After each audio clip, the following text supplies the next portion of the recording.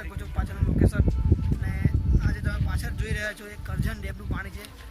તમે વ્લોગ સાથે કન્ટિન્યુ રાખજો. આપણા દુલાભાઈ જ્યાં પાછળ તમે જોઈ શકો છો આજે શરમાઈ રહ્યા છે. આપણા સચિનભાઈ અને આ હાર્દિકભાઈ અમારા શિક્ષક છે, અમારા ખાસ મિત્ર છે. એમની સાથે અમે જઈ રહ્યા છીએ જૂના રાજ. તમને પણ બતાવીશ ત્યાં શું જોવા લાયક છે. ચાલો કન્ટિન્યુ રાખજો વિડીયો સાથે.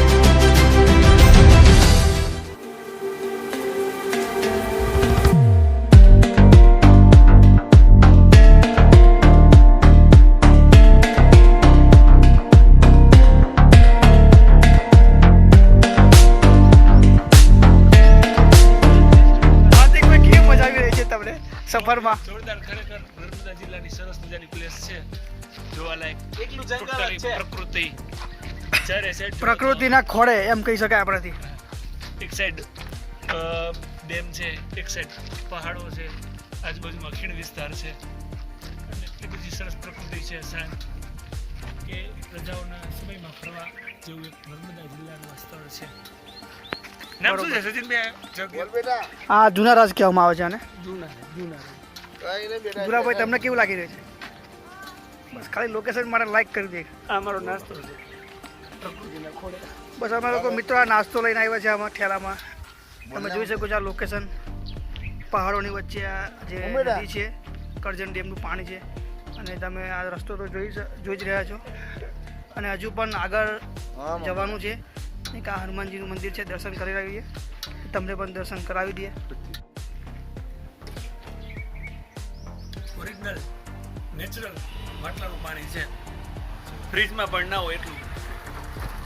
પાણી તમને કેવું લાગ્યું હાર્દિકભાઈ? એકદમ મીઠું પાણી, મીઠું અને ઠંડુ કેવું છે? ઠંડુ સરસ છે. મિનરલ વોટર એ કાંઈ ના કહેવાય, પ્યોર શુદ્ધ પાણી છે. ફ્રીજ જેવું તમને લાગી રહ્યું છે? ફ્રીજ ઠંડુ પાણી? અરે ફ્રીજથી નહીં, એકદમ સારું, જાણે કાશ્મીરનો બરફ. 500 વર્ષ જૂનું ગદર.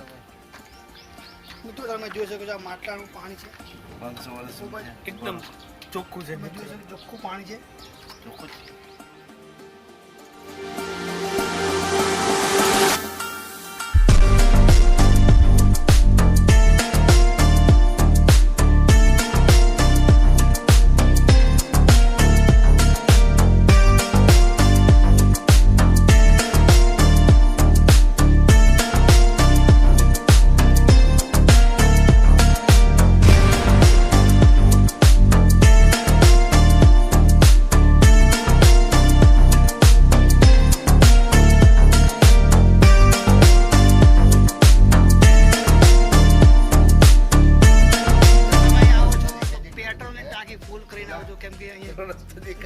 અડાન બહુ છે અને પેટ્રોલ વધારે ખાય છે ગાડીને. પેટ્રોલ તમને કોઈ જગ્યાએ મળે નહીં. લોકેશન એક નંબર છે મિત્રો, તમે પણ એકાદ વાર આવો. જો અમારે આગળ જવાનું છે, તમને બતાવું મહાદેવજીનું મંદિર. તો ચાલો વિડીયો સાથે કન્ટિન્યુ રાખજો.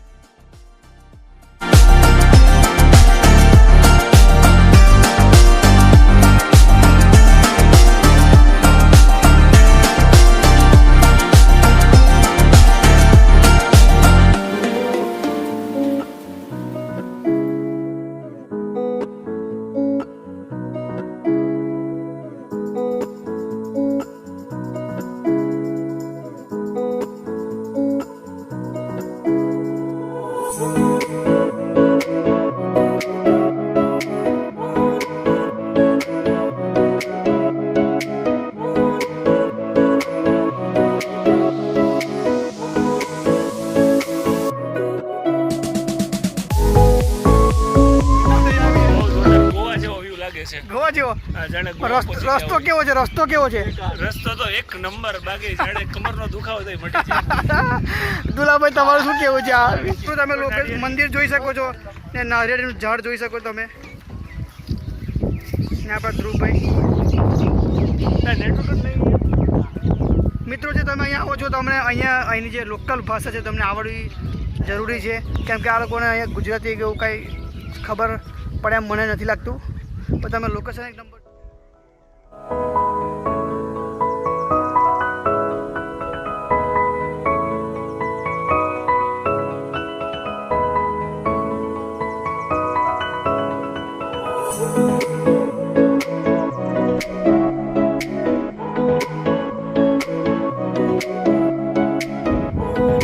આવું છે મંદિર મિત્રો, તમે જોઈ શકો છો પાણીનું મંદિર છે.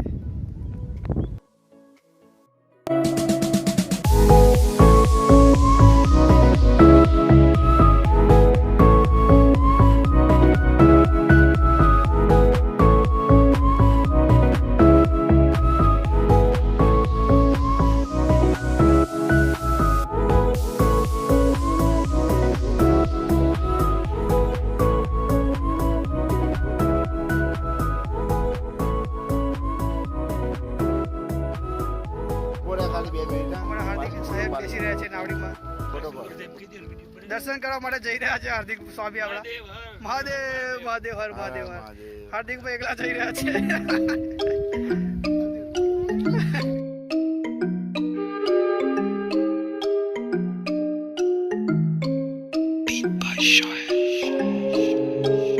મિત્રો હાર્દિકભાઈ મને એક દુઆ આપી છે. આ વિડીયોના 5 લાખ વ્યૂ આવશે તમારા વિડીયો પર. મને ખૂબ અને સાંભળીને આનંદ થયો. આ જગ્યા ઉપર પોતાની છે એ ધૂણી દગાવીને અહીંયા ધ્યાન સાધના કરવા માટે આવી જવાના છે. તો મિત્રો પીકે ઓફિસનલ નર્મદા ઉપર તમે ખાસ કરીને આ વિડીયો જોજો, વ્યૂ ને લાઈક કરજો, વિડીયો લાઈક share કરજો, ચેનલને સબસ્ક્રાઇબ કરી દેજો. કરજો અને શેર છે વધુ ને વધુ વિડીયો વધુ ને વધુ શેર કરજો. બરાબર, ધન્યવાદ. Thank you. બળો પતંગ. ચલો ભાઈ, અહીંયા જૂના રાજમાં આજે પતંગ ઉડાડવાનો મોકો પડી રહ્યો છે, તો હું પતંગ ઉડાડું છું. બહુ મજા આવે છે, કારણ કે કુદરતના સાનિધ્યની અંદર પવનની તો આપણે શું વાત કરવી. સખત મસ્ત મજાનો પવન છે અને પતંગ છે એકદમ ટન ઉડે છે. પતંગ એ મારી પાછી છે ભારતનો આપણો તિરંગો. વાહ, 26 જાન્યુઆરી આવી રહી છે, નિમિત્તે આજે તિરંગો છે એ આકાશમાં મને લહેરાવાનો મોકો મળ્યો મહાદેવના સાનિધ્યમાં. આથી મારું મોટું બીજું સૌભાગ્ય શું હોઈ શકે. Thank you. પાછળ ભાઈ મારા તરફ પાછળ મંદિર છે. આ પિયુષભાઈ જો મારી પતંગ જાય ભારતનો રાષ્ટ્રધ્વજ હાર્દિકભાઈની પતંગ તમે ઉપર જોઈ શકશો. આ તમે જોઈ ભારત શકશો. માતા હા. કી જય. જય પતંગ જો પતંગ રે મારી. ગુલાબનું ફૂલ છે અંદર માપમાં ગુલાબનું ફૂલ કઈ લે અને અંદર બાજ જો ઉપર બાજ બાજ બાજ બાજ ઓલું ઉપર ઉપર ઉપર મોટું જો. પેલું જો કેટલું મોટું બાજ. હાર્દિકભાઈની પતંગ ઉપર ચગી રહી છે. મને એમાં બધા ગુલાબના ફૂલ ચોંટાડી દીધા છે, ઓરિજિનલ ગુલાબના ફૂલ. હો એવું હે. મંદિરનું નામ શું? નીલકંઠેશ્વર મહાદેવ. વાહ. ને કેટલું જૂનું જ્યારે મંદિર છે સમુદ્ર મિત્રો. મંથન થયું હતું ત્યારે ભગવાન શિવે જે પોતાના ગળામાં ઝેર પીધું હતું દેવોને બચાવવા માટે,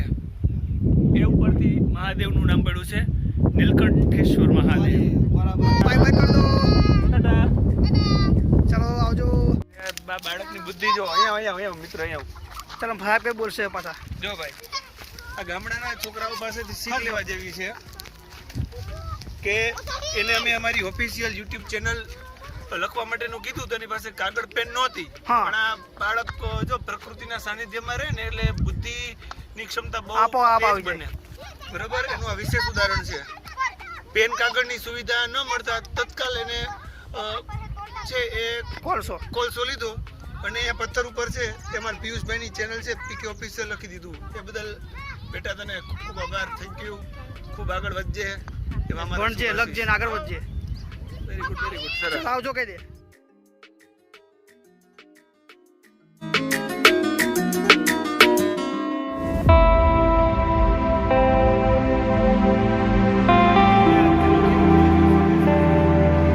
મને આવું ન ગમતું, હું આવું હશે ડ્રાઈવર હે. મિત્રો અમે આ જગ્યાએ બેસીને જમવાના છે. આ ગ્રુપભાઈ તમે જાણો જ છો કે તો શર્મિલા પૂછડું છે એટલે એમનો ચહેરો બતાવે નહીં.